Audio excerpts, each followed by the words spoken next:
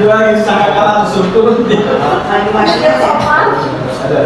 Lupa caranya dia. Puji Tuhan, shalom, shalom. Tuhan hari ini luar biasa. Kita yang paling menyembah Tuhan kita saudara, puji Tuhan. Sekali lagi terima kasih buat kehadiran Bapak Ibu Saudara di Komsel DPI Rock Gading Serpong. Puji Tuhan, terima kasih buat kehadiran Bapak Ibu Saudara. Dan sebelum kita akan mulai ibadah, kita boleh bangkit berdiri bersama-sama Bapak Ibu Saudara. Boleh berikan salam dulu kiri kanan, kasih tahu sampai kelihatan puji Tuhan.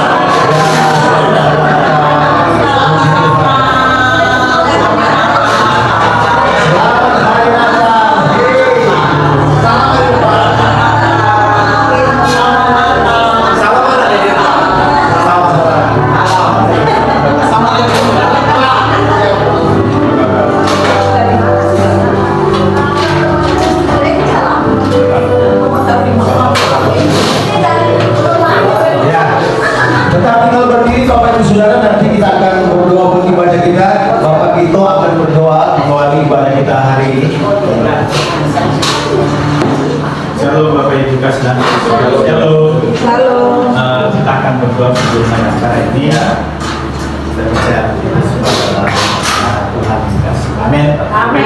Kami bersyukur hari ini kita boleh berkumpul bersama menempati acara Natal bersama. Kami tahu Tuhan adalah anugerah dan kesenangan yang bagi kami.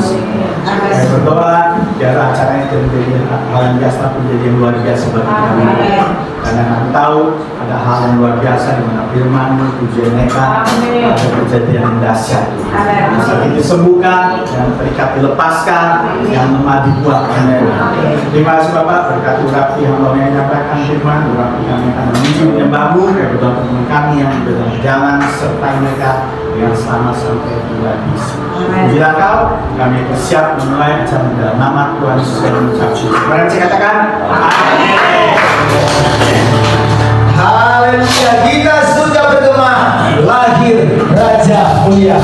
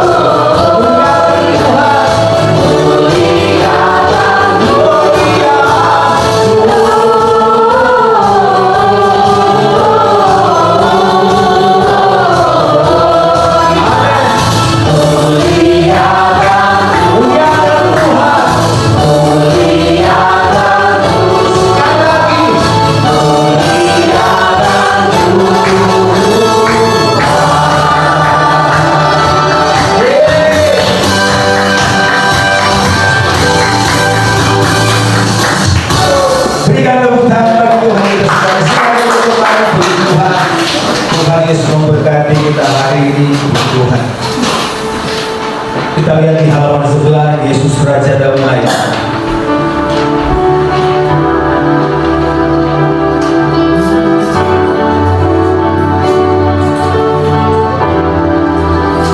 Oh Yesus,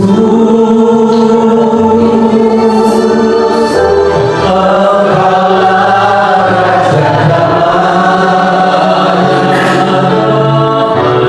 Kau turun ke dunia, selamatkan manusia.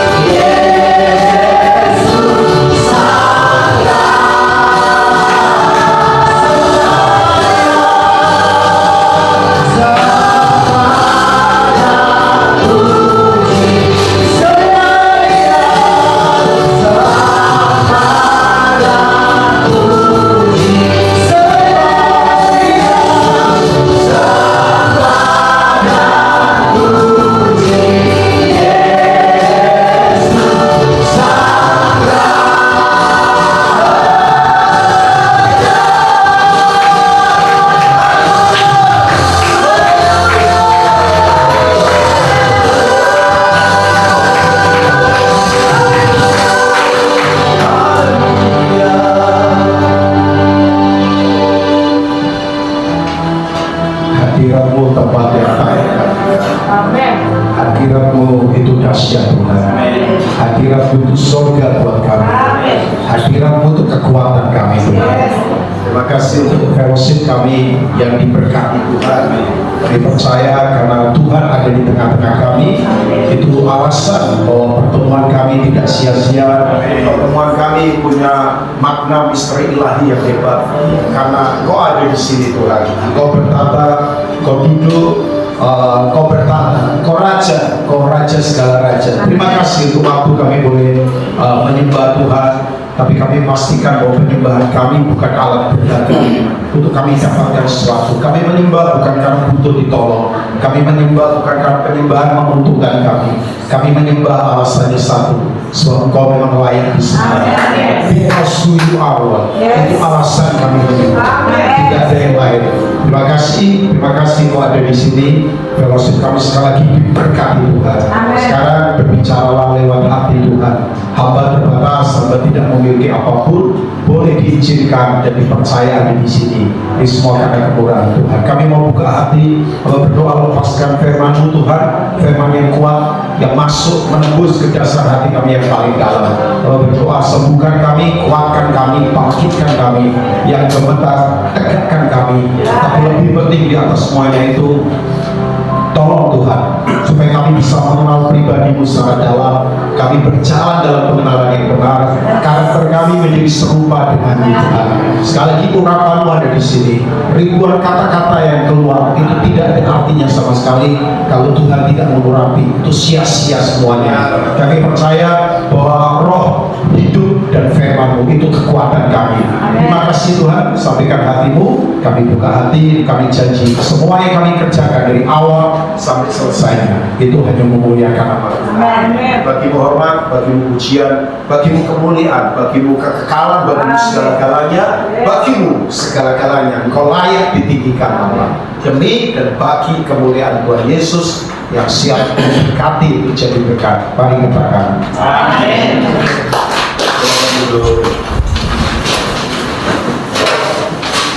Halo semua, halo.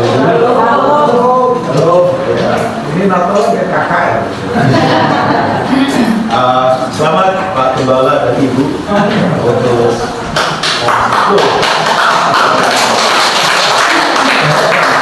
dukung senior semua. Kalau senior datang, ada nabi datang, kemudian rasul datang,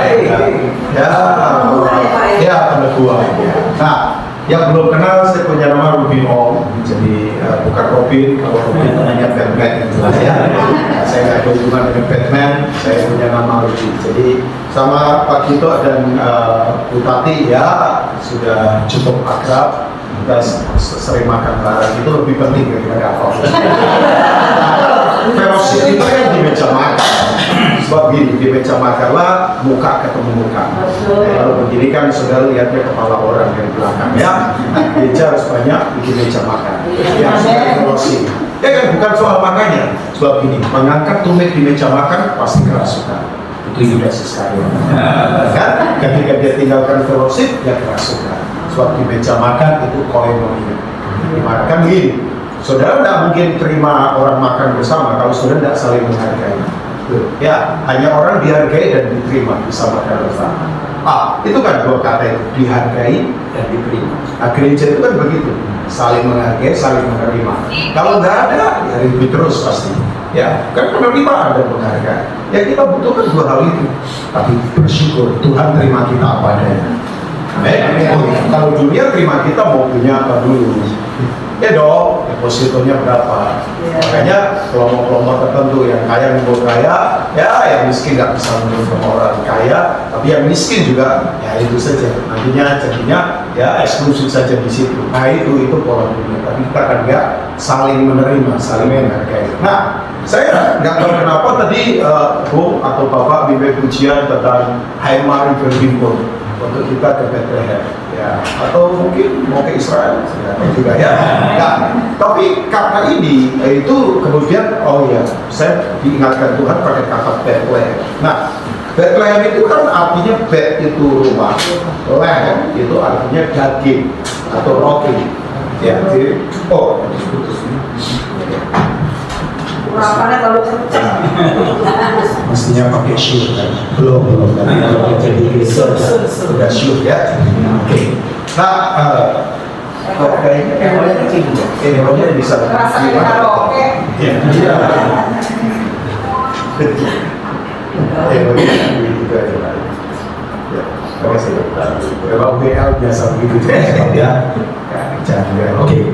Nah, Bethlehem adalah rumah roti, ya. Tapi begini, yang saya soroti adalah Bethlehem itu kecil.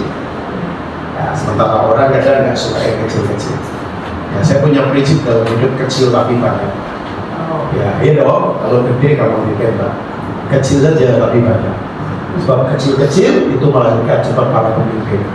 Ya, kecil-kecil, simple, terkoneksi kemana-mana. Ya, coba Bapak Ibu taruh tikus betina jantan, udah taruh saja. Ya, dalam hitungan waktu 3 bulan. Ya, dari sepasang bisa jadi ribuan. Dan tikus bisa hidup di mana saja. Disilakan dia hidup di atap rumah, dia hidup di meja makan, lebih hidup lagi.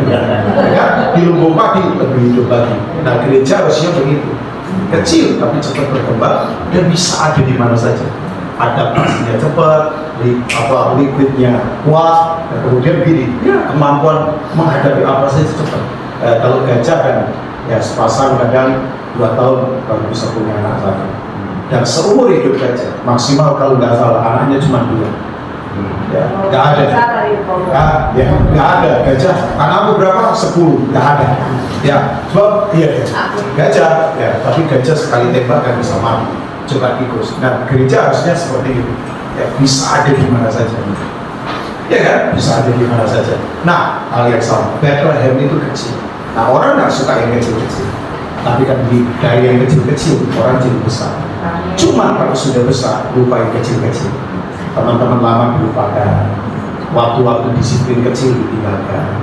Yang didengar oleh sembarangan. Janji-janji kecil dan ditepati. Loh, saya dari kecil pelayanan, ya nggak ngomong sekarang besar, biasa saja. Tapi dari kecil-kecil, kemudian bikin setia, Tuhan percayakan. Tapi kalau saya sudah pada titik ini, saya nggak bisa kemudian sepelekan yang kecil-kecil. Waktu-waktu doa, waktu-waktu apa yang saya lihat sembarangan, ya apa yang saya katakan itu seenaknya tidak. Nah, itu perlu diperhatikan. Nah, kecil itu sebetulnya ujian yang kelihatannya biasa. Tapi itu menurut saya itu hal yang serius. Nah, Bethlehem itu kecil. Nah, saya ingin mengajak Bapak Ibu semua, kita coba mungkin ada lah ya. Tapi jarang orang sering khotbahkan nubuatan Natal itu di kitab Mika. Biasanya orang suka pakai Yesaya 9. Ya dong, Yesaya 9 terkenal sekali untuk Natal. Kita tadi yang lagu kan itu, oh Yesusku engkaulah Raja Damai. Nah, itu salah satunya kan namanya disebutkan orang penasihat ajaib, Allah perkasa, the Prince of Peace, Raja Damai. Ya, nah Yesaya pasal 9 jelas bahwa seorang anak telah lahir untuk kita, seorang putra telah diberikan untuk kita, lambang pemerintahan ada di atas tahunnya, namanya disebutkan penasihat ajaib dan seterusnya. Tapi begini, ternyata Yesaya pasal 9 itu dibantah oleh orang-orang Yahudi yang tidak percaya Yesus. Mereka berkata begini, ini nubuatan bukan untuk Yesus. Bukan, nubuatan itu untuk siapa? Menurut mereka. Menurut Bapak Ibu untuk siapa? Bukan untuk Daud, karena Daud kan sudah lewat. Yesaya itu hidup setelah Daud sudah meninggal kan. Ya kan? Itu nubuatan untuk siapa? Untuk raja, namanya Raja Yosia. Ya, Raja Yosia itu kan salah satu raja selain Daud, raja hebat Israel. Sebab raja ini menemukan gulungan kitab Taurat yang hilang. Makanya waktu ketemu dia menangis bertobat. Akhirnya berawal semua dibantai, dihajar. Nah, Yosia itu dianggap adalah seorang raja yang kebesarannya kayak Daud. Nah, mereka berkata ini bukan untuk Yesus, ini untuk Yosia. Karena ini secara spesifik di Yesaya 9 tidak menyebut nama kota Bethlehem. Nah, begini, di Mika pasal yang kelima, nama kota ini disebut. Nah, begini, Yosia tidak lahir di Bethlehem. Makanya Mika 5 ini pasti banget. Nah, saya hubungkan Mika 5 itu berhubungan dengan konteks profetik ke depan apa yang akan terjadi.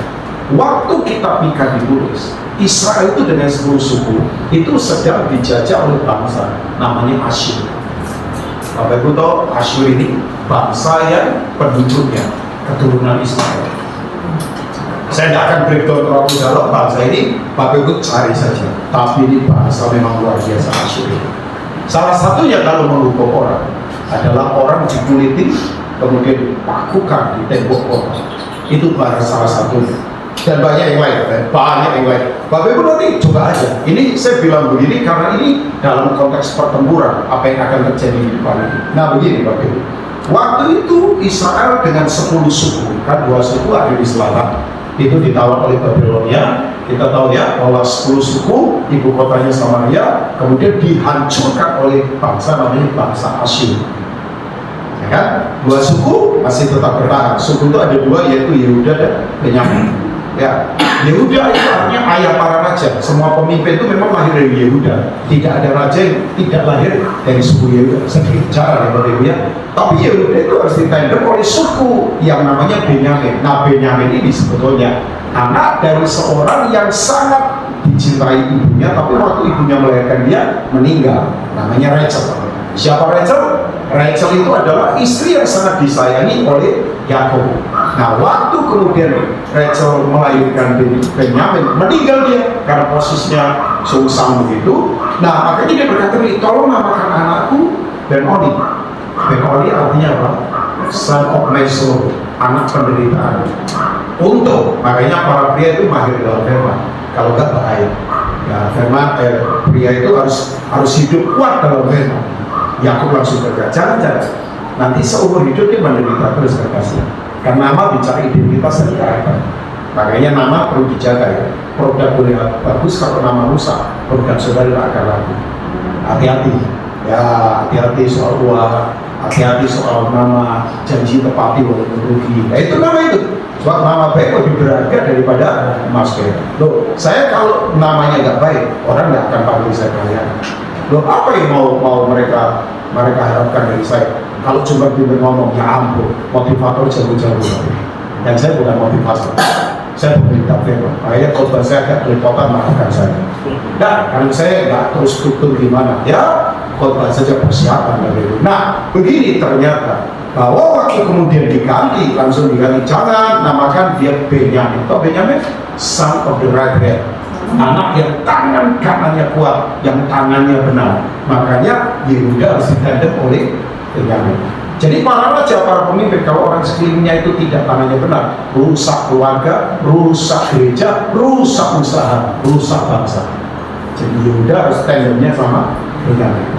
Nah, itu kan sebetulnya masih pertempuran spirit itu yang lahir di Efrata itu loh Bapak Ibu.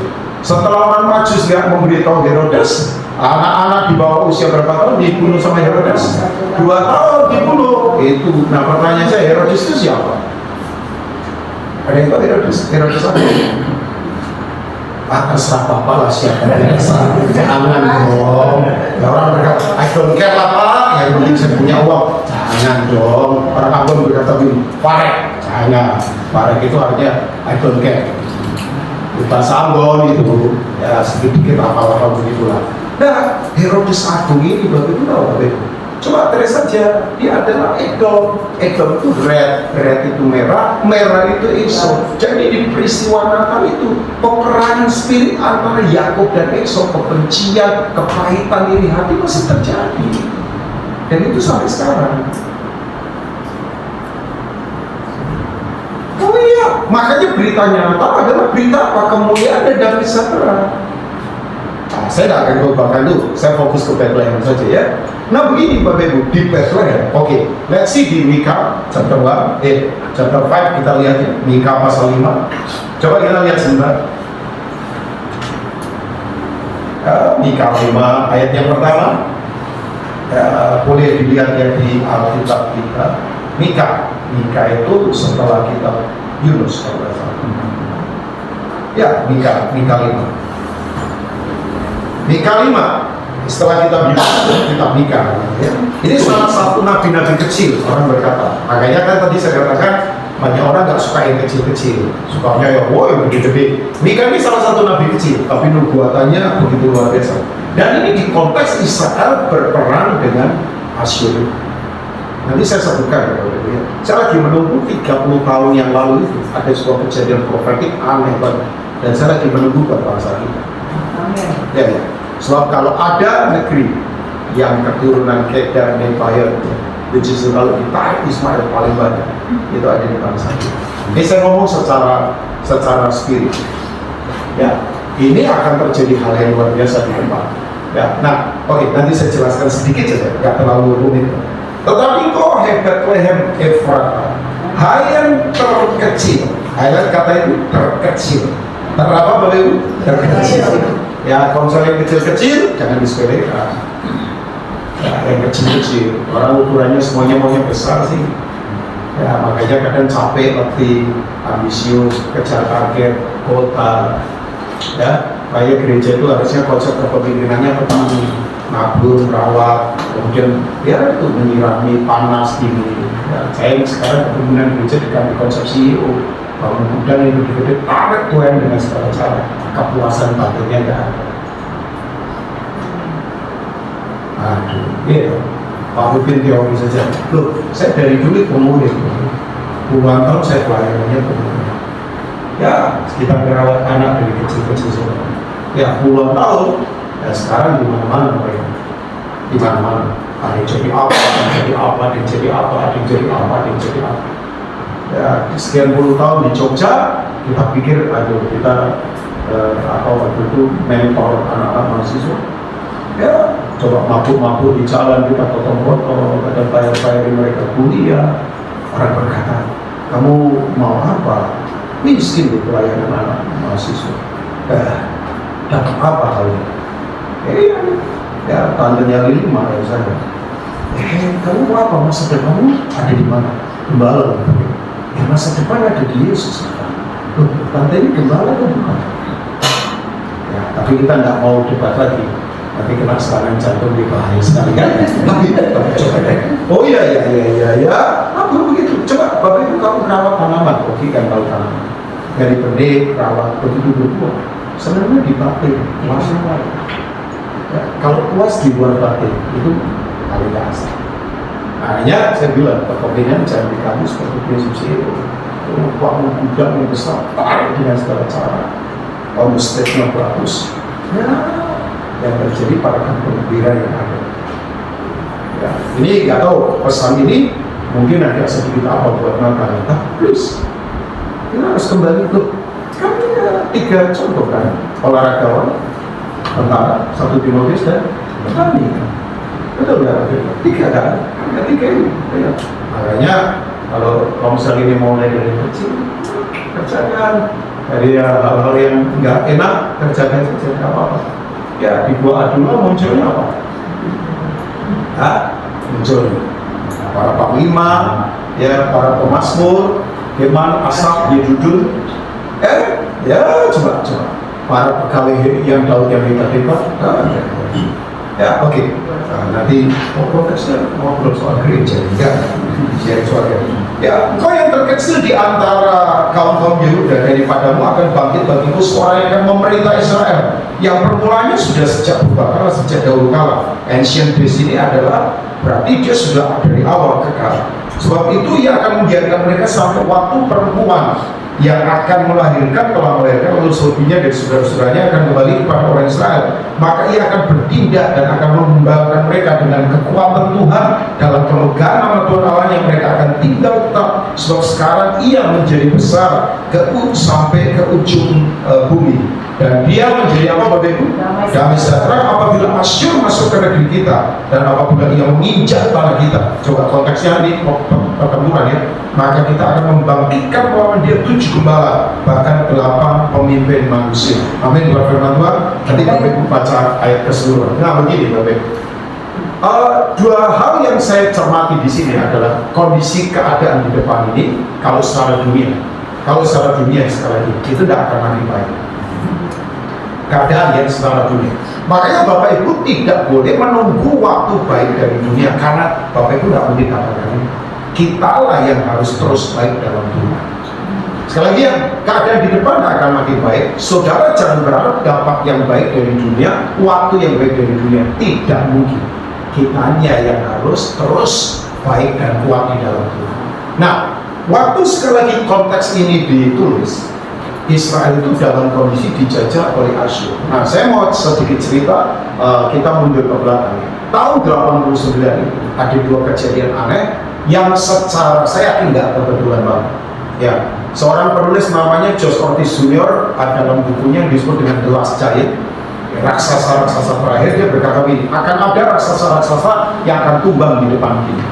Nah, beberapa sudah tumbang, ya, saya nggak akan sebutkan, tapi salah satunya 9 November tahun 89 raksasa ini tumbang, namanya komunis. Bapak Ibu tahu ditandai dengan apa? Ada yang ingat nggak? 9 November 89. Tembok Berlin. Belum ada.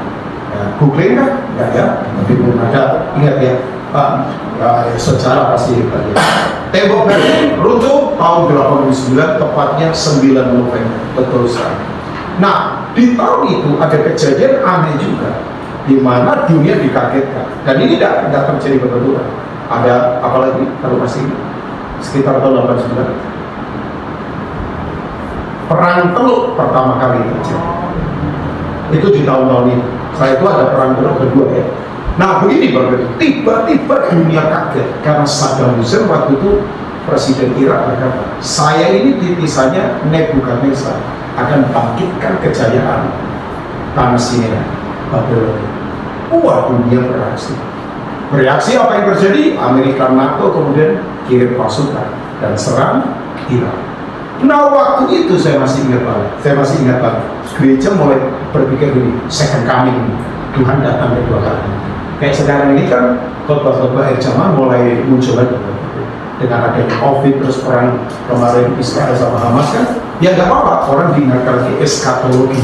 Ya bagus lah, supaya orang jadi sadar bahwa ada ujung dalam kehidupan ya. Nah Bapak Ibu begini, waktu kemudian perang Teluk terjadi, nah ini dia, ada tim kecil para pendoa syafaat yang waktu itu dipimpin oleh orang namanya kok jadi lupa. Oke, Steve Lytle. Tiba-tiba lupa nama orang ini. Steve Lytle itu tahun itu pergi dengan kelompok kecil. Nah yang aneh begini Bapak Ibu, dia pergi doa tidak dari tempat jauh.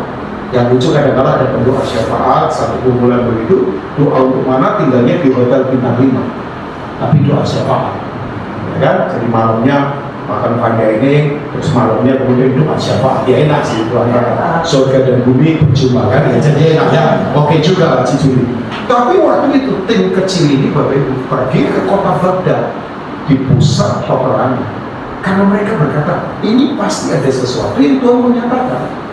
Jadi mereka tidak tahu di bunker mana, mereka sembunyi di ruang bawah tanah, mereka berdoa, doa. Tiba-tiba di satu malam, saya nggak tahu hari keberapa, itu mereka menurut saya imannya pemberani. Ini di antara desinan peluru, Mesiu, Maria meledak, mereka doa di situ. Waktu mereka doa, mereka tiba-tiba dapat vision, penglihatan. Tahu penglihatannya apa? Mereka lihat ini. Mereka lihat setan itu kayak bintang di atas, ya kan? Yang kayak sepertiga bintang ditarik ekor naga itu jatuh ke bawah. Itu tiba-tiba dibanting ke bawah, buang begitu dibanting ke bawah. Terus kemudian di tempat itu muncul kata Asyur. Lalu mereka penasaran. Begitu mereka lihat tempat itu, tempat kereta itu menuju Indonesia. Nah Tuhan berkata itu sama mereka, di tempat ini akan terjadi revival pertolongan yang begitu hebat, yang memang Tuhan akan rencanakan. Nah ini sudah kira-kira 30 tahun yang lalu, saya lagi terus menunggu ini. Kan kita terus harus menguji nubuatan. Revival akan terjadi di negeri timur ini. Nah, saya kemudian berkata, wah, jadi di tengah kondisi yang tidak aman, tetap yakin akan ada lawatan yang luar biasa. Yang akan terjadi. Nah, Bapak Ibu begini pertanyaan saya. Berkenaan dengan apa? Bethlehem itu apa sih sebenarnya? Ya, karena tempat ini menurut saya spesial sekali. Sekarang Bethlehem itu bukan wilayahnya Israel. Jadi kalau Bapak Ibu ke sana, Bethlehem itu wilayahnya otoritas Palestina. Tapi yang unik adalah ini, wali kotanya Bethlehem itu selalu Kristen. Dan kalau nanti kalau bulan Desember kayaknya Yeri tinggal sana, ini teman kita udah ke sana. Saya nggak tahu jadi bukan lagi dari Israel atau mereka punya iman besar ya sudah ke sana sama Panorama. Saya dalam Panorama kan mestinya Maret jalan, tapi kita camping karena situasi kemarin bukan karena apa ya. Tapi begini, kalau bulan Desember begini, imagine nggak, itu puluhan juta orang selama 1 bulan itu bisa datang bergantian, nggak langsung begitu enggak, itu bisa bergantian puluhan juta orang. Dan memang betul Bethlehem itu total menurut saya sampai hari ini sangat orang pada datang ke sana karena ini peristiwa ini. Ya, nah begini kan, Bapak Ibu, Bethlehem itu tempat yang luar biasa. Daud itu lahir di Bethlehem, meninggal dikuburkan di mana? Bethlehem. Pak, sekarang kuburannya di Yerusalem. Nah, kalau kita belajar sejarah, tahun 1000 orang Israel pindahkan kuburan Daud dari Bethlehem ke Yerusalem supaya Yerusalem itu dapat legitimasi secara politik dan secara nasional kebangsaan Israel. Tapi aslinya Daud itu lahir di Bethlehem, kuburan yang matinya ada di Bethlehem. Nah sekarang pertanyaan saya, Bethlehem itu istimewanya apa sih berkenaan dengan tempat kecil ini? Nah begini, yang pertama ya, saya sodorkan saja pengertian yang saya berharap ini menjadi perenungan kita ya. Bethlehem itu begini Bapak. Tuhan itu bekerja, itu bisa melampaui kekurangan dan kelemahan dan ketidakberdayaan kita. Ada yang di sini mungkin saya berkata, Pak, saya lebih lemah banget. Saya ini seperti nggak berdaya di dalam hidup ini. Ya, saya kayaknya, ya secara kekuatan nggak ada. Tapi coba di Bethlehem itu Tuhan bekerja melampaui semua kekurangan, ketidakberdayaan dan ketakutan kita. Oh iya. Oke, misalnya saya kasih contoh, ada banyak lah yang bisa kita pelajari. Misalnya ya Bapak Ibu ya, di Bethlehem itu, ya kalau kita lihat silsilah Yesus itu ternyata kalau kita lihat silsilahnya, itu kan nggak semuanya orang Israel. Ya kan, coba aja. Ya Yesus itu kalau lihat silsilahnya, nggak semua orang Israel. Misalnya, ada nenek moyang dari Yeriko, namanya, lu sekolah minggu nggak di Yeriko? Masa Rahab, Rahab, ibu ada lagi memang. Kayak juga ya Rahab kan memang dari Yeriko betul ya. Nah Rahab itu kan sebetulnya mantan pelacur batik dari Dewi Kuil Gula. Mantan pelacur nggak apa-apa, setelah itu jadi pendeta. Jangan mantan pendeta setelah itu. Nah, saya nggak ngomong gitu. Ya, Bapak ya mantan penjahat jadi pendeta nggak apa-apa. Yang nggak boleh mantan pendeta. Nggak berani menjawab ya kan, nggak apa-apa, pokoknya jangan sampai jadi mantan pendeta, pasti jelek banget ya. Di sini jangan ada yang jadi mantan pendeta atau mantan anak Tuhan, jangan lah ya, kita tetap jadi anak Tuhan sampai kapan ya. Nah Yeriko, Rahab, kemudian begini, ada satu orang yang menurut saya aneh, orang ini namanya Naomi. Ya bukan Naomi dari Cengkareng karena itu Naomi siapa itu dari Cengkareng, enggak lah, Naomi betul. Naomi artinya apa? Naomi Naomi itu artinya yang menyenangkan, hidupnya senang Naomi. Nah dia tinggal di kota Bethlehem, kota roti, tapi satu kali kota roti kelaparan. Bayangkan, toko roti saja krisis, apalagi toko besi, apalagi toko mebel. Ini toko roti loh krisis. Loh, toko roti itu kan produksi roti sampai terjadi kelaparan. Jadi begini, proses itu biasa saja. Makanya saya beritahu ya, tolong jangan jadi orang Kristen yang cengengan lah. Gak ada duit, lupa. Gak ada fasilitas, marah-marah. Udah. Saya tidak merasa apa, puluhan tahun kita berjalan bersama tanpa ada subsidi dari siapa. Yang penting calling dari Tuhan. Makanya Tuhan utus, Tuhan urus. Jangan utus-utus diri. Baik, saya paling marah kalau orang pelayanan pakai proposal, minta-minta dana. Come on! Saya bilang, agak-agak sedikit mengagetkan itu kan. Saya nggak suka spirit begitu. Mentalitasnya masa pengemis. Come on! Nah iya dong, Tuhan utus, Tuhan urus. Kalau Tuhan tidak utus, jangan coba-coba mengutus diri. Loh, kalau misalnya ini Pak David utus saya ke Australia, pasti bayarin saya lah. Kalau utus, dia nggak pernah utus. Karena saya diutus. Saya diutus sama Pak Andi, saya kan. Ya, paling nggak dia bayarin tiket saya, tapi istri anak yang sendiri nanti. Nggak, saya nggak mau membebani yang begituan. Nggak, tapi begini, bahwa kalau Tuhan utus, Tuhan urus. Oh, manusia utus saja dia urus kok. Nah itu. Oke. Tuh. Aminnya agak dekat lagi Pak Indra. Ini nggak apa-apa juga ya. Pak Indra ingat sesuatu ya. Nggak aminkan itu. Ya, nggak sudahnya. Cuma memang sengaja saja beliau ya, supaya ada jedanya. Nah, begini. Jadi Naomi tinggalkan Bethlehem. Tolong jangan tinggalkan Bethlehem. Seberapa banyak. Roti jangan ditinggal. The word of God. Memang. Seberapa apapun jangan tinggalkan Bethlehem. Ya, saya tahu berat lah, saya tahu dari beberapa wajah kelihatan sedang. Saya tahu berat. Siapa bilang nggak berat? Berat. Tapi kan kita jangan cengeng. Sorry, jangan jadi Kristen yang cengeng. Ini pendeta saya. Loh, Pak, ya. Saya merintis jemaat 7 kali. Pernah di bawah sampai kaki gunung. Besok makan apa kita tidak tahu. Oh ya pernah.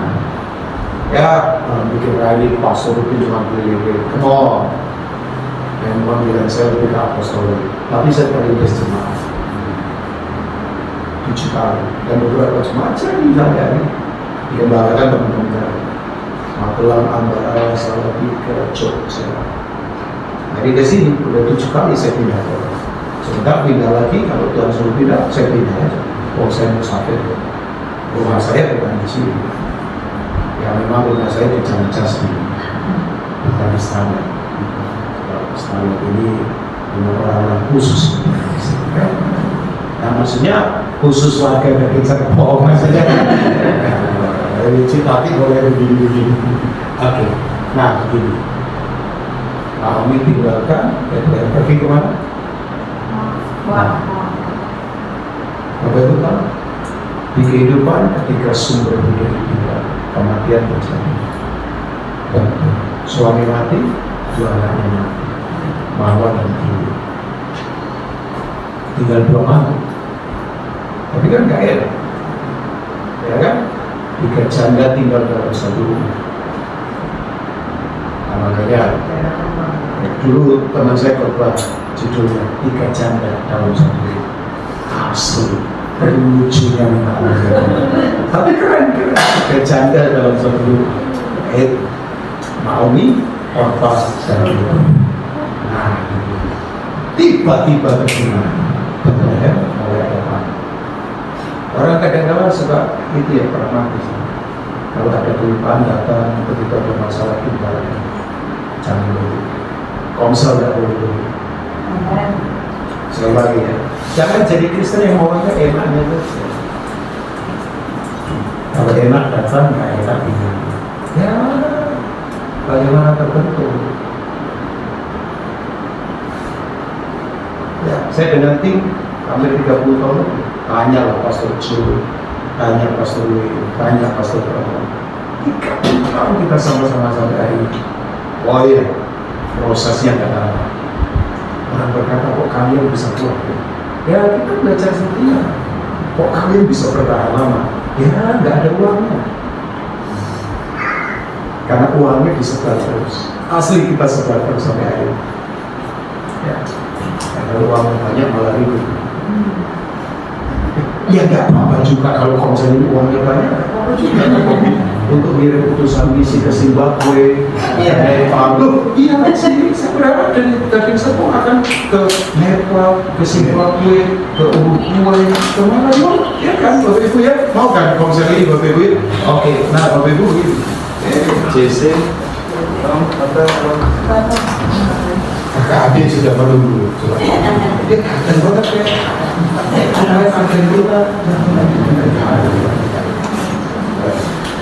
Ya, itu namanya beberapa C. Oh, jadi itu mamul gitu ya. Oh, iya, bisa. Oke. Jadi saya urusin sampai ya. Kita dengar cerita ini kita nanti makan satu. Cik Yuli udah bilang jangan lama-lama.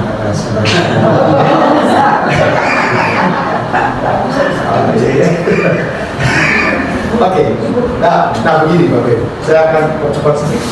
Bapak Ibu tahu, begitu kemudian dia dengar Bethlehem udah mulai ada makanan, dia pulang dan dia ngomong sama ketua maturnya, saya nggak punya anak lagi, tolong kalian pulang aja ke bangsa kalian, aktivitas kalian, culture kalian, budaya kalian. Tahu Bapak Ibu, Orpah nggak salah. Orpah pikir iyalah, saya mesti menyambung masa depan, nggak apa-apa dong. Orpah kembali ke saya nggak tahu apakah Orpah tetap punya iman seperti Naomi punya iman. Saya nggak tahu karena Alkitab nggak dijelaskan. Tapi saya katakan kembali. Dan sudut pandang saya cuma satu. Rut itu melihat apa dalam diri mertuanya? Kok sampai dia berkata, bangsamu bangsaku, Allahmu Allah. Padahal dia sedang gagal. Kalau saudara pikir dipakai Tuhan itu mesti kaya dulu, sukses dulu? Enggak begitu juga lah. Ya walaupun orang berhasil, orang sukses dipakai dulu. Saya bukan kemudian meninggikan itu, enggak banyak lah. Sukses lah, saudara hebat lah, enggak apa-apa. Tapi kan begini ternyata. Di balik kegagalan seorang Naomi, kenapa ada orang yang nantinya akan ketemu dengan juru selamat keluarga namanya Boaz? Kan tidak ada 3 juru selamat secara istilah. Juru selamat keluarga itu Boaz, juru selamat bangsa itu Daud, juru selamat seluruh dunia itu adalah Yesus. As a man secara manusia, ini istilah ya, bukan kemudian Boaz dan Daud itu juru selamat, bukan istilah saja. Juru selamat keluarga itu Boaz, karena dia nanti kemudian menyambung untuk keluarganya Naomi, harkatnya dibawa naik. Juru selamat bangsa jelas David, Daud. Juru selamat seluruh bumi ya Yesus. Nah, pertanyaan saya cuma sederhana, apa yang dilihat oleh Ruth pada diri Naomi? Oh gagal, oh berantakan, uang gak punya. Bahkan ini berkata, jangan panggil aku Naomi, panggil aku Mara. Mara artinya pahit, gak ada yang menyenangkan. Pertanyaan saya begini, makhluk itu, even kita susah, even kita berat, even kita mungkin belum seperti yang dunia punya standar, oke, yang penting setia saja, yang penting taati Tuhan saja. Kita kadang-kadang berpikir, apa yang harus aku lakukan? Aku seperti ini gimana? Ternyata Tuhan itu bisa bekerja melampaui semua kekurangan, kelemahan, ketidakberdayaan kita. Ya kan? Yuk, kalau misalnya begini, kekristenan yang ditonjolkan sukses-suksesnya, ya dunia punya lah. Tapi coba dibalik semua kekurangan, kelemahan, ketidakberdayaan kita, fasilitas kita mungkin drop, usaha kita lagi berat sekarang, kita nggak tahu mesti bagaimana. Bapak Ibu begini, yang saya ingat, tetap setia, jangan bercanda dengan iman kita. Oh ya, saya makanya nggak mau memandang rendah orang yang gagal. Enggak lah. Saya kalau kasih ke orang yang memang membutuhkan, saya tidak menganggap bahwa dia lebih rendah dari saya. Enggak. Kadang-kadang kalau saya transfer ke telat, saya minta maaf sama dia. Dia berkata, loh kok minta maaf? Kan kamu itu yang memberi saya. Enggak, bukan soal itu. Justru kamu itu menjadikan aku tangannya Tuhan. Kalau enggak, gimana? Nah, maksud saya begini, Job yang sekarang lagi gagal, lagi kurang dari tetap setia. Karena Tuhan bisa bekerja di balik semua kekurangan itu. Itu benar. Makanya lewat Ruth kemudian kita tahu kan, dia dapat suami namanya Boas. Dari Boas kemudian muncul Salmon dulu. Ya, dari Salmon muncul itu sampai Isa, dari Isa muncul. Nah, dari doa terus sampai ujungnya pada Yesus.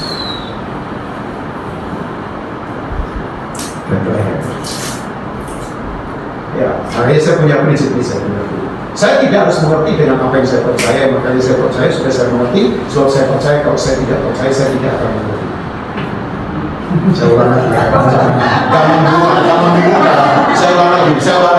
Saya tidak harus mengerti dengan apa yang saya percaya, makanya saya percaya saja supaya saya mengerti. Sebab saya percaya kalau saya tidak percaya, saya pasti tidak akan mengerti.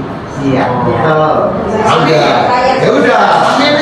Oke, saya ulang lagi. Ada cerdas rohani lah, saya ulangi lagi. Cijuli masih agak tapi sudah nangkap lah. Ya, kalau suaminya sih sudah tahu, cuma pura-pura nggak tahu.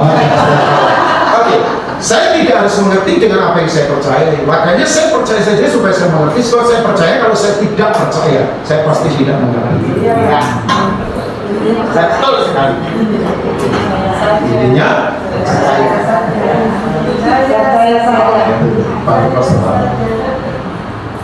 ya, sebab Tuhan bekerja melampaui semua kekuatan akan kegagalan. Gimana ini? Jadi hari ini kalau ada gagal, Percaya saja. ya biasa. Saya beritahu gagal biasa, masalah biasa. Ya, oke. Yang kedua, di Bethlehem tidak pernah ada ayat di Alkitab, cuma satu-satunya ada di sini, yaitu di Lukas pasal 2, di padang Efrata. Itu bala tentara surga turun. Itu kalau saya pakai bahasa dulu, surga intermingle dengan heaven on earth. Itu cuma ada di ada di Alkitab asli. Nah, nanti terjadi lagi tidak ditulis di Alkitab. Kapan itu? Waktu Yesus datang kembali ke dunia sekali. Itu semua orang yang menghina dia dan menangis ketakutan dan akan terpaksa menerima. Makanya jangan jadi orang Kristen yang terpaksa menerima, tapi biasalah menerima. Sebab nanti satu titik orang akan dipaksa dan terpaksa menerima. Kalau tidak biasa menerima, ya kan? Terpaksa dipaksa karena ketakutan, lihat kemuliaannya begitu. Tapi di padang Efrata itu bala tentara surga turun. Artinya apa Pak? Nanti yang saya beritahu, jangan khawatir, pick up surga itu tidak akan pernah habis-habis. Terus saya takut. Oh iya. Ya, saya misalnya cerita ya. Dalam kondisi COVID, anak saya bisa selesaikan sekolah di Australia. Saya nggak kemana-mana. Ya, saya tidak ngukur berkat yang begituan. Maksudnya, ada banyak hal yang berkat yang paling luar biasa kan diri saya kenal siapa Tuhan. Tuhan memperkenalkan dirinya kepada saya. Saya dapat rumah di sini, itu nggak pakai modal. Jadi kalau ada seminar beli rumah tanpa modal, saya alami itu. Walaupun saya nggak pernah ikut seminar itu, karena itu sebetulnya seminar yang menurut saya nggak terlalu oke. Karena daftarnya juga bayar, berarti pakai modal juga kan? Kan dulu ada beli rumah tanpa modal, seminar itu, tapi bayar pendaftarannya pakai modal. Kita dapat rumah di sini, asli. Luar biasa. Ini rumah kan banyak dikunjungi misioner. Akan siapa tinggal di sini dan tidak pernah kosong kamar yang ada. Ya, yang lalu adik sekarang keponakan sebelumnya ada beberapa orang misionaris datang dari rumah kita, dari Argentina, dari Filipina, dari Singapura. Itu rumah milik Tuhan. Ya, banyak hal. Makanya saya katakan ini buat Bapak Ibu. Memang ikut Tuhan itu deg-degan tapi nikmat. Ngeri sedap. Nah itu, deg-degan tapi nikmat. Tuhan Tuhan itu kadang lambat tapi tidak pernah terlambat. Nah kalau manusia terlambat terus. Kalau Tuhan tidak pernah. Tuhan itu lambat karena dia punya waktu, dia punya ritme. Dia itu lebih suka membentuk kita jadi kuat daripada sekedar memberi jawaban yang gampangan. Nah ini surga pick up. Itu para tentara surga itu kan sedang menyatakan diri sebagai apa? Ada yang tahu? Ada yang menyatakan bukan Jehovah Jireh, yes our provider. Oke, good. Bukan the Lord Rain, bukan lagi apa, tapi dia menyatakan diri sebagai Jehovah Sabaoth. Itu tahu nggak kata itu muncul pertama kali di mana? Salah satunya ini muncul di Perjanjian Lama waktu David perang sama Goliat. Dalam perang sama Goliat itu kan bukan perang fisik saja, itu perang mentalitas. Seperti sekarang kita ini kan kita kan perang mental. Lu iyalah, Goliat itu tingginya kalau diukur itu 3,2 meter. Bayangkan, Goliat itu tinggi besar, dilatih perang, perlengkapan senjatanya luar biasa. Sementara Daud itu siapa? Daud itu kalau daftar CV-nya apa? Gembala wedhus. Wedhus itu domba. Iya kan? Coba gembala, CV-nya itu coba latihan perangnya sama siapa? Ya nggak ada lah tentara latihan perang sama beruang, latihan perangnya sama singa robek. Yang nonton siapa? Nggak ada. Yang nonton adalah bintang-bintang. Dia sendirian. Dia mengembalakan berapa? Dia mengembalakan berapa? Dia mengembalakan komunitas. Dia mengembalakan 2 atau 3 ekor domba. 2 atau 3 itu berarti asumsinya 2,5. Terpotong separuh itu tubuhnya ya. Coba, tapi coba, menurut saya binatang yang dia bunuh lebih banyak daripada yang dia gembalakan. Dan kalau kemudian begini bisa dombanya mati, ya pasti Isai bapaknya maklum lah, lebih sayang anaknya daripada dombanya. Tapi dia bertanggung jawab. Dan itu setelah diurapi tidak pamer-pamer. Orang sekarang ya ampun, kalau diurapi kayaknya ya kan rasa apa gitu masuk Instagram. Enggak, begitu dia dilegitimasi as a king, ya dari surga dia tetap saja mengembalakan. Dia tidak sosokan, dia tidak cari-cari tahta, biasa saja. Dia nunggu waktu Tuhan yang terbaik. Amin. Sekarang nggak diurapi pamer-pamer. Loh, Daud itu sudah diurapi oleh Samuel. Siapa Samuel? Wakilnya Tuhan. Baca saja di kitab Samuel. Begitu dia diurapi, dia tetap tenang, mengembalakan dulu, biasa saja. Gak rasa apa, gak pakai pakaian kerajaan, gak ngimbun-ngimbun masa, gak kemudian posting-posting, aku raja loh. Enggak. Selfie. Ya lah, maksudnya dia nggak perlu mengumumkan, dia tahu kapan waktunya. Makanya betul, begitu kemudian peperangan antara Daud dengan Goliat, tahu itu, Bapak Ibu, dia peperangan itu tahu ya. Siapa yang menang akan jadi budak dari bangsa yang menang ini. Siapa yang kalah akan jadi budak dari bangsa yang menang itu. Coba Bapak Ibu, tahu nggak Bapak Ibu, Daud pakai senjatanya apa? Saya nggak tahu ya, batu-batu yang dipilih itu. Batu dari sungai itu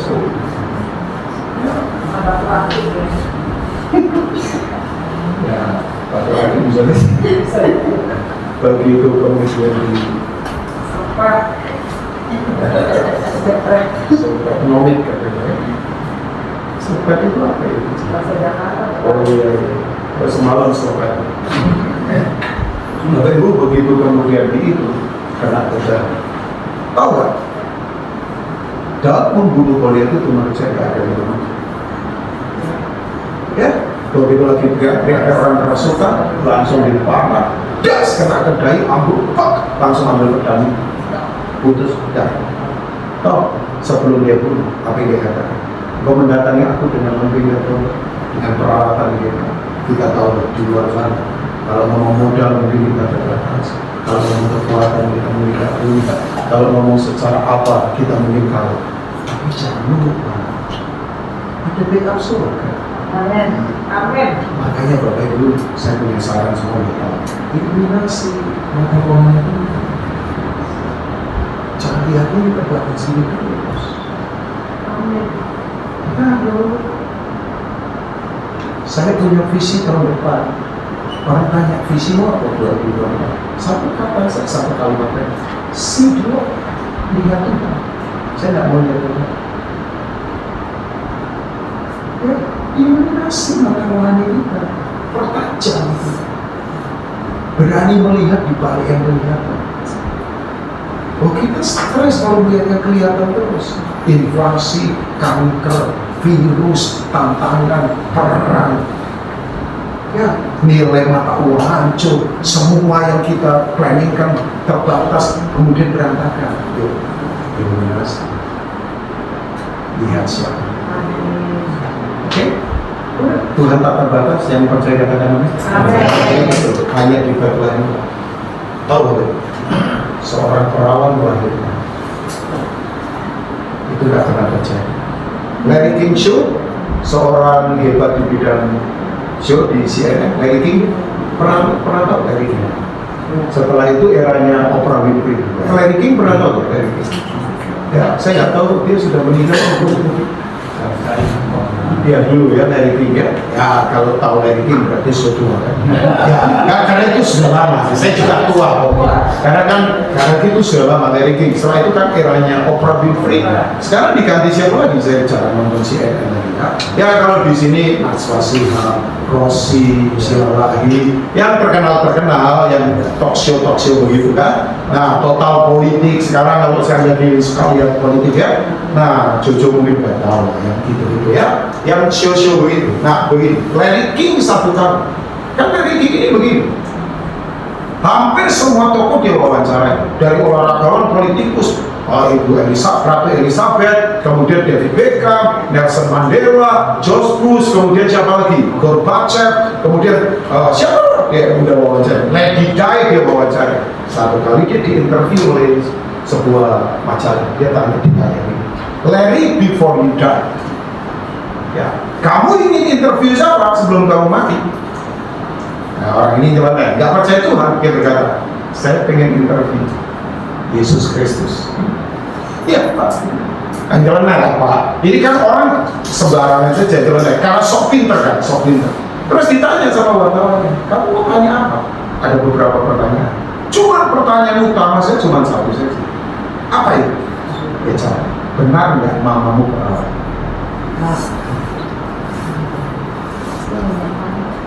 Oh, itu orang tertawa semua kan.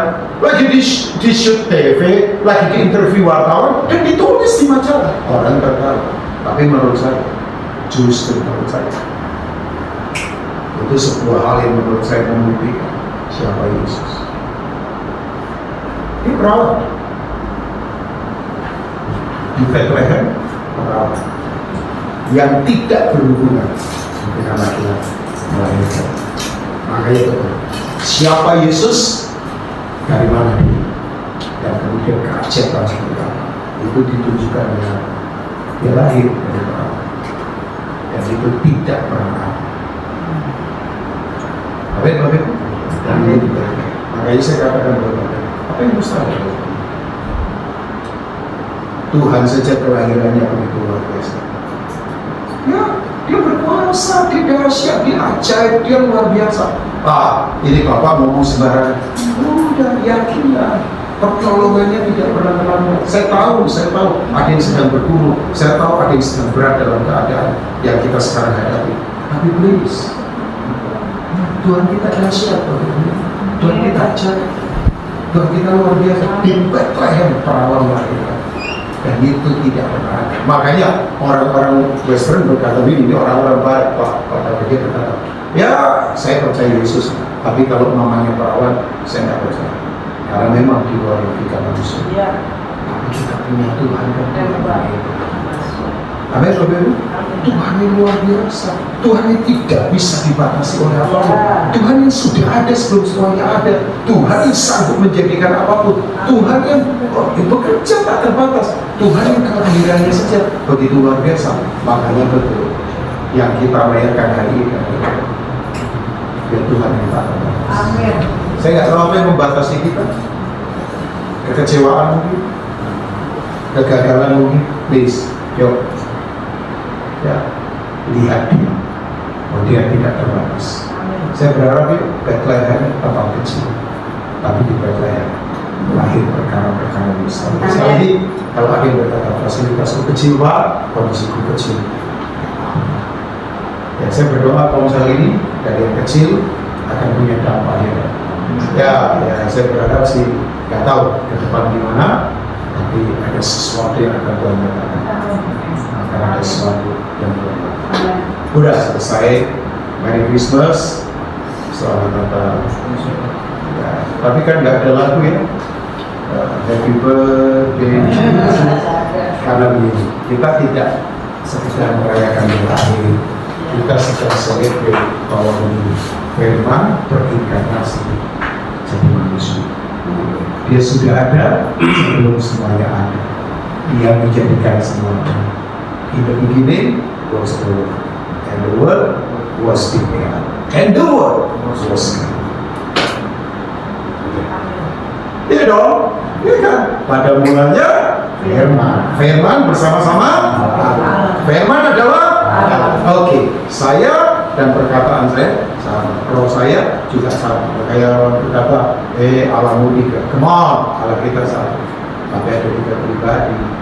Tuhan saya satu dong. Mulut saya, suara saya, Firman satu, ya. Roh saya sama saya. Jadi dia sudah ada sebelum semuanya ada.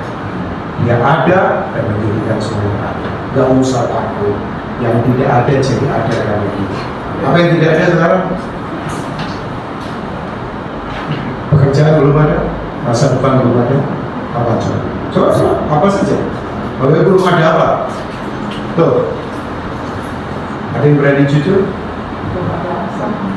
Pacar sudah ada coba.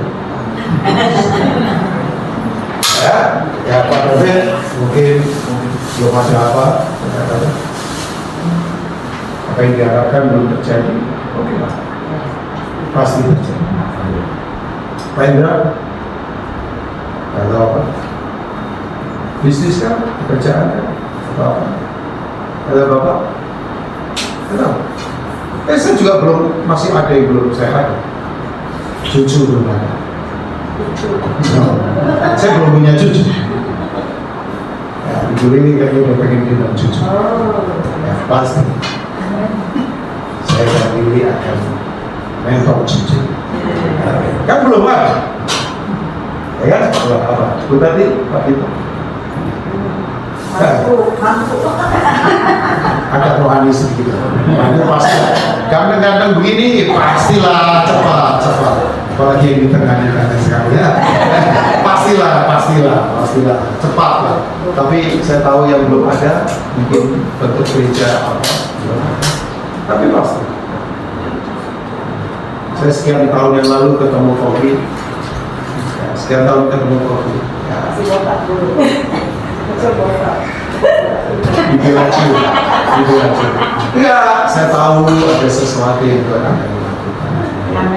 Ya, begitu saya ketemu tadi ada sesuatu yang ya, Juli lebih peka dari saya. Ya, lebih peka. Kan dia peka, pernah menggoncang nasional. Ya, pernah lah ya, itu jadi berita yang sampai hari ini luar biasa.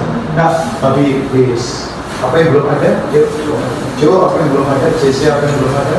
Joy, apa yang belum ada? Indra, Umada, apa yang belum ada? Apa yang belum ada? Pasti. Karena segala sesuatu ada karena dia yang mengadakan segala sesuatu ada di dalam. Amin.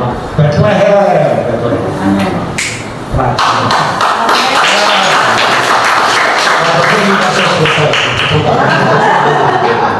Sudah, enggak apa bercanda saja.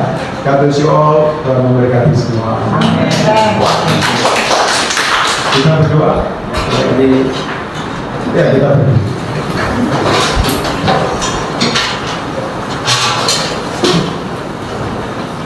Coba merenung sebentar.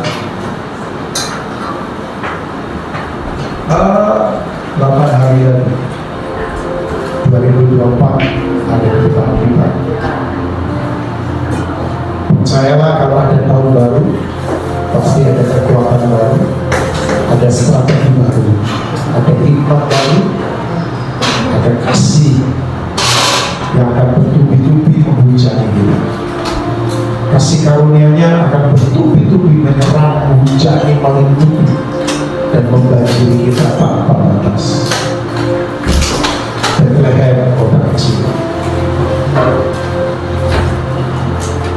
Ora pasikite karapa. Sandara pasakarapa pasikite karapa.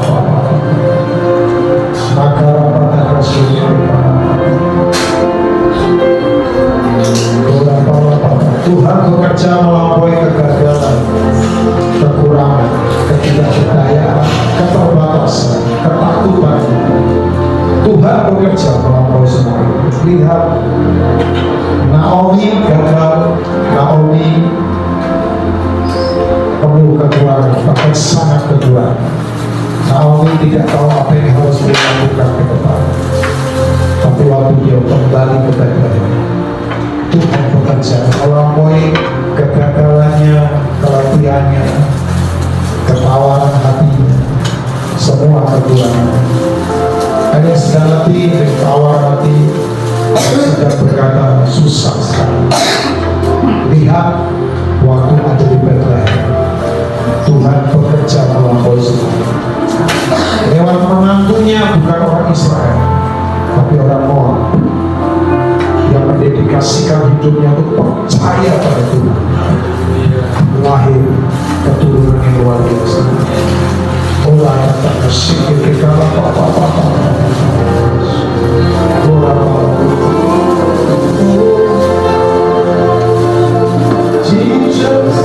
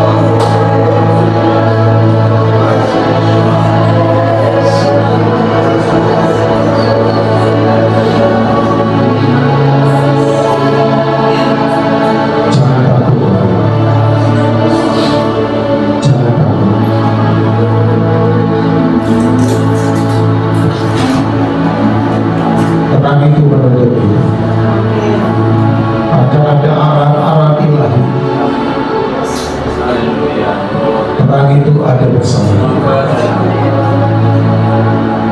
Justru kegelapan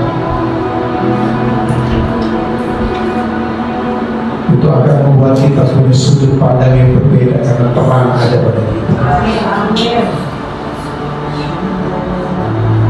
Kita akan menyinari banyak hal di depan kita.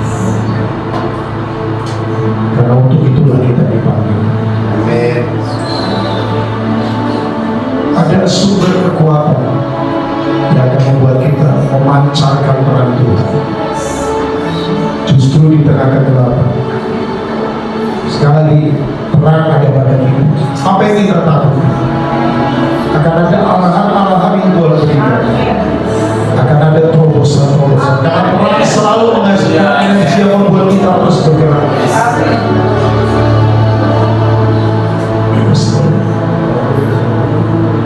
Ya Tuhan, mari minta mata kita diterangi seperti doa Paulus, jadikan mata hati terang ya Tuhan, supaya aku mengerti pengharapan apakah yang terkandung dalam panggilan, betapa kayanya kemuliaan, betapa hebat kuasa yang membangkitkan Kristus dari antara orang mati. Kuasa itu berdiam di dalam kami. Tuhan, terima kasih Tuhan. Terima kasih Bapak. Terima kasih. Sekali lagi Engkau bekerja melampaui semua kekurangan, kelemahan, kegagalan kami. Kami mau tetap setia Tuhan. Kami mau tetap melihat Tuhan seperti Ruth bisa melihat di balik semua kegagalan, kelemahan dari diri seorang Naomi ada Tuhan yang besar. Sekali lagi mata Ruth bisa melihat di balik semua kekurangan, kegagalan, keterbatasan, dia melihat Engkau Tuhan Jehovah Sebaot, Tuhan para tentara surga yang sumber berkatmu tidak terbatas. Dan pertolongan kami memang datang dari Tuhan. Sumber kami datang dari Tuhan. Terima kasih sekali lagi kami mau belajar seperti Ruth di Bethlehem. Kau bekerja begitu hebat. Terima kasih Tuhan. Berkati umatmu yang ada di sini, yang lemah dikuatkan, yang lemah ditegakkan.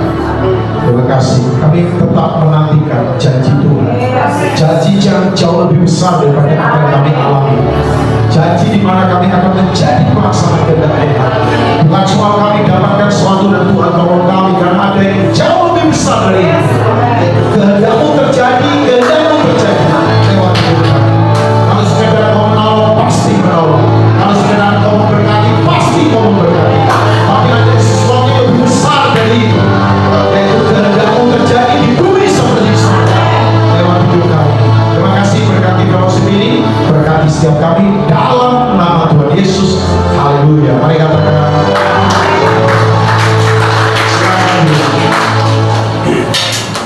puji Tuhan. Terima kasih boleh duduk kembali untuk saudara kita sudah berkati oleh Tuhan. Terima kasih untuk banyak Tuhan Yesus berkati, dan kita akan memberikan persembahan syukur kita. Bapak Hendra akan berdoa buat persembahan.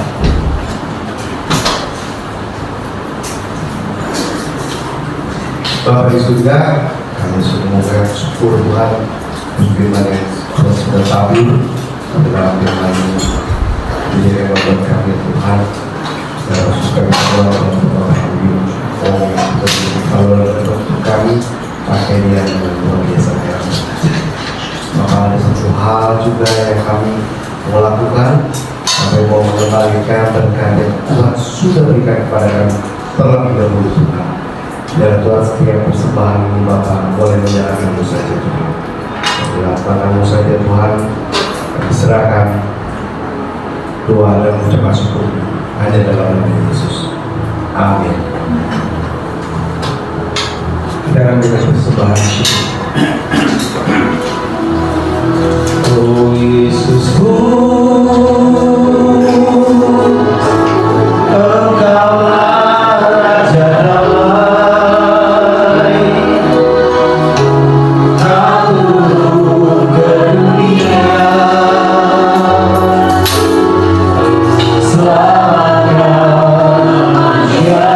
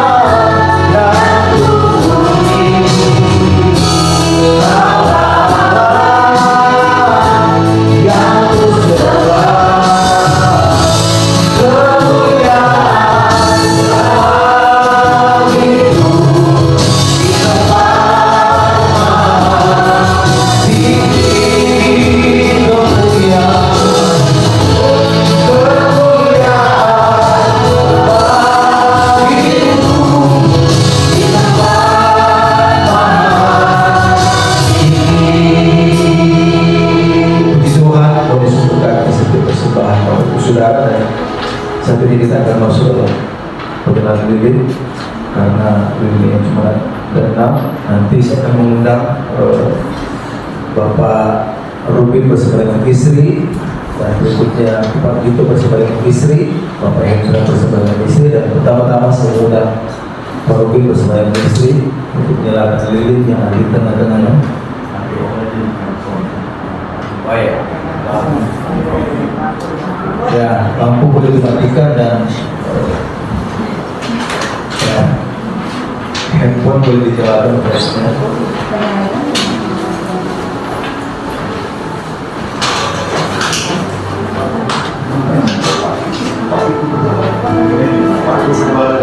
Saya nantikan dulu tuh. Pak, Bapak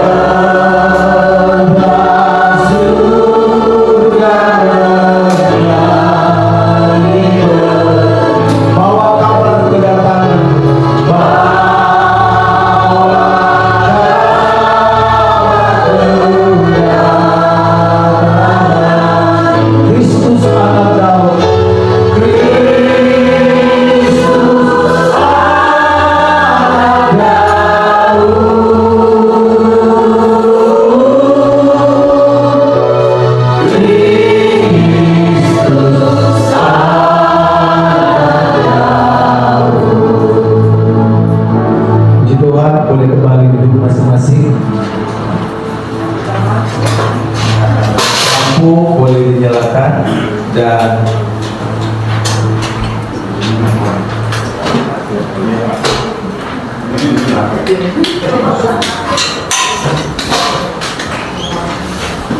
sebelum kita akan masuk di dalam doa berkat, kita akan berdoa buat makanan. Bapak Mardi akan berdoa buat makan malam kita, dan setelah itu kita akan tutup dengan doa berkat dari Bapak Pendeta Rudi. Mari kita satu doa. Bapa kami dalam surga, kami ucap syukur Tuhan, terima kasih untuk saat ini kami boleh berfellowship dan kami sudah menerima kebenaran firman Tuhan mengajar kami bersama kami saat ini juga boleh berkat jasmani dan apa yang berkati makanan dari Tuhan atau berkati tantangan yang kita tunjukkan jelas semua ini boleh menjadi berkat kekuatan kesehatan mereka untuk masuk kita ucap syukur dan berdoa di dalam nama Yesus Kristus. Amin. Kita kami berdiri bersama-sama langsung doa berkat.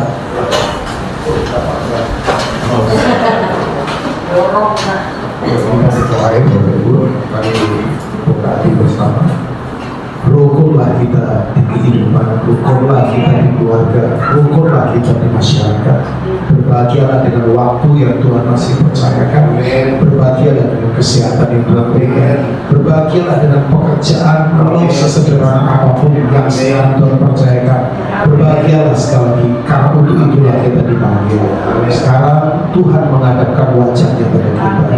Tuhan menyinari kita, dan Tuhan sungguh memberi kita damai sejahtera dan kasih karunia. Waktu kau keluar, waktu kau masuk, diberkati Tuhan. Waktu adunanmu diberkati Tuhan. Sekarang terimalah anugerah sempurna yang datangnya dari Bapa di surga. Kasih setia yang tak terbatas, yang bertubi-tubi selalu turun dan menghujani kita tanpa batas dari Tuhan Yesus Kristus, dan persekutuan Roh Kudus pasti menyertai kita.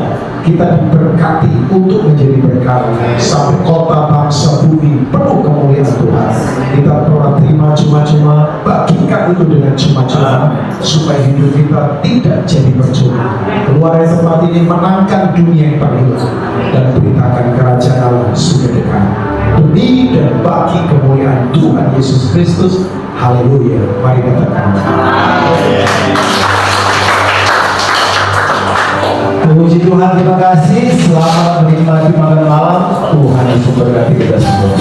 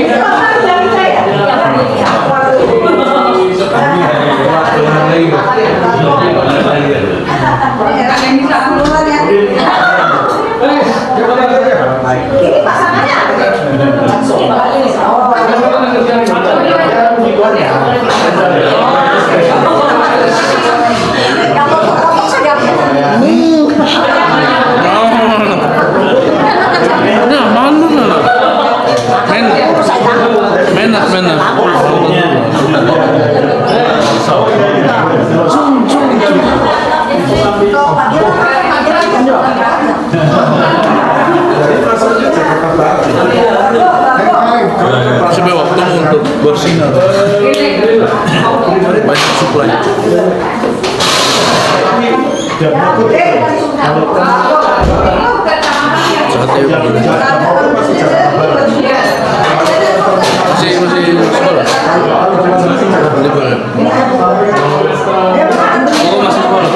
Masih sekolah. Masih sekolah. Saya kira udah satunya. Gerungnya Jojo cakep kali. Medannya cakep kali. Tahun berapa? 2004. Udah selesai kan? Apanya? Sekarang mau lanjut S2 nggak? Aduh, kayaknya malas kan. Udah ngajar dulu ya? Udah kerja malas, belajar lagi malas. Pengen sih, tapi nanti kali ya. Iyalah, kalian kan masih muda-muda. Silakan. Siap.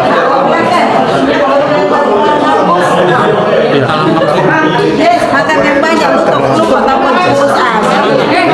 Cobain, tante bawain ini cupcake ya. Siap, boleh. Cobain dong. Cobain ya. Ini Surat pernyataan. emang jualan gue. Kirim ke Emang jualan gue.